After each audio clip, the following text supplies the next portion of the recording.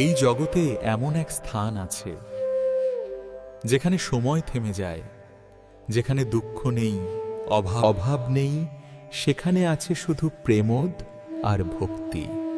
সে স্থান গোলকধাম। রাধেদামার বাঁশিতে এক পুরনো স্মৃতির সুর বাজছে। প্রভু, সে কি বন্ধুত্বের সুর?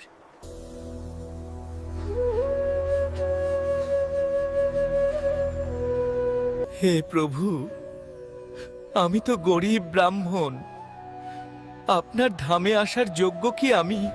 সুধামা, তুই আমার বন্ধু। বন্ধুত্বে কোনো যোগ্যতা লাগে না। ভগবান যেখানে ভক্তকে বন্ধু ভাবে, সেখানে দারিদ্র্যের কোনো মূল্য নেই। সেই দিনগুলোতে আমরা কিছু চাইনি, রৌদ্রেও সব পেয়েছিলাম। যে কিছু চায় না সেই সব পায়। নিঃস্বার্থ ভক্তিতেই ভগবান বাস করেন। ধন নয়, ক্ষমতা নয়, আমি চাই শুধু হৃদয়। যে আমাকে বিশ্বাস করে, আমি তার অভাব হয়ে যাই না, আমি তার আশ্রয় হয়ে যাই। প্রভু, আমি কিছু চাইনি, তবুও আপনি আমাকে সব দিয়েছেন।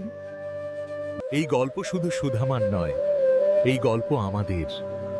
বিশ্বাস থাকলে কৃষ্ণ আজও আমাদের পাশে থাকেন।